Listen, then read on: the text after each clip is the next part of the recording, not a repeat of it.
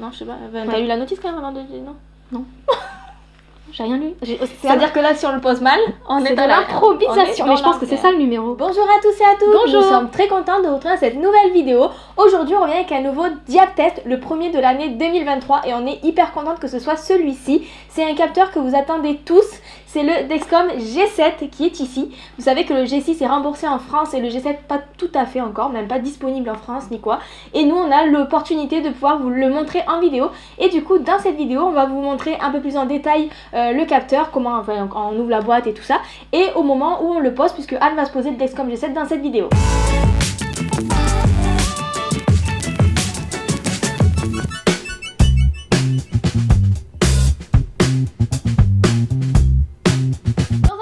On voudrait remercier notre correspondant qui est en Angleterre et qui a pu nous envoyer directement le Dexcom G7 d'Angleterre pour qu'on puisse le tester en France, parce que vous savez qu'on peut pas se le procurer en France, donc on est super contente. On le remercie de pouvoir nous donner l'opportunité de faire ça. Merci beaucoup. Concernant le capteur G7, c'est en fait le G6 en amélioré. Il y a quelques améliorations dessus. Du coup, on vous mettra la vidéo juste ici qu'on avait fait sur la comparaison entre G6 et G7, comme ça vous pourrez voir. Dans cette vidéo, on va vous donner rapidement des petites choses qui ont été améliorées et qui sont quand même importantes. Notamment le fait que ce soit un capteur tout en un, vous savez, comme le freestyle, c'est-à-dire que quand on le pose, tac, on appuie, c'est bon.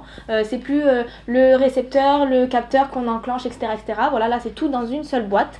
Et la deuxième chose, c'est qu'il dure la durée de calibration, enfin le moment qu'on attend, le préchauffage, quand on le pose et qu'on attend pour la première glycémie, ben, tout ça, ça se fait à peu près en 30 minutes. Et donc maintenant, on va ouvrir le Dexcom G7. On a super hâte de l'ouvrir parce que ça fait à peu près 10 jours qu'on l'a reçu et on l'a toujours pas ouvert et ça fait 10 jours qu'on attend, on n'en peut plus. Donc on va le découvrir en même temps que vous, on est trop contente. Donc dès qu'on commande le Dexcom G7, on reçoit cette petite boîte ici qui est comme ça. Voilà, elle est vraiment toute petite dans un carton et on reçoit ça avec un manuel d'utilisation en plus. Donc là qu'on n'a pas pris, mais du coup on reçoit cette petite boîte et le manuel. Et donc du coup je vais l'ouvrir, c'est parti. Donc hop, j'ouvre le carton.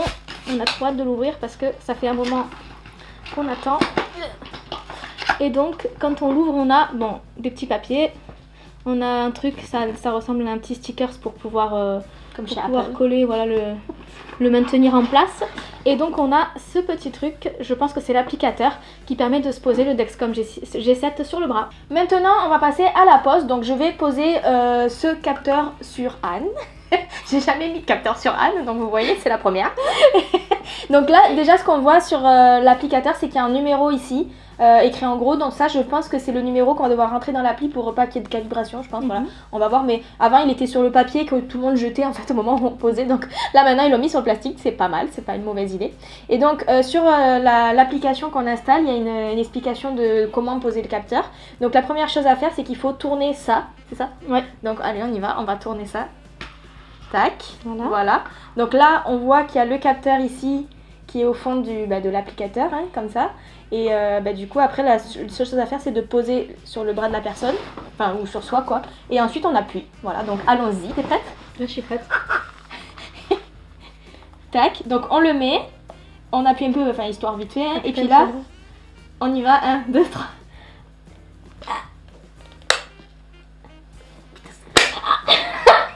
Putain, il y a eu un moment de...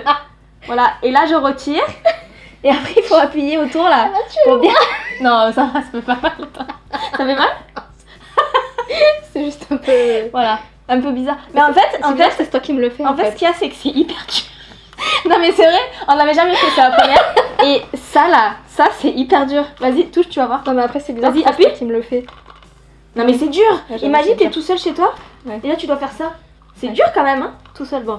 Ça va. Tu feras le deuxième toute seule, bon. Ouais. Et après, une fois que c'est fait, il faut tourner autour comme ça pour bien coller l'autocollant. Et après, on appuie comme ça dessus, voilà. Et normalement, c'est bon. Non, c'est bon. Et nous avons le numéro là qu'on va rentrer dans l'application pour l'activer. Voilà, maintenant on s'est décalé parce qu'on va activer le capteur sur le téléphone qu'on a ici. Et du coup on va vous coller l'écran là pour que vous puissiez voir en même temps que nous. Et donc quand on arrive sur l'application, ce qu'on voit en premier, c'est d'abord ils nous font une petite explication de où est-ce qu'on peut poser le capteur, comment le poser, se désinfecter, etc. Donc nous on appuie sur suivant. Et ensuite ils nous font toute une explication sur comment poser le capteur. Bon, nous on l'a déjà fait, voilà. Donc ça on va mettre suivant et du coup voilà.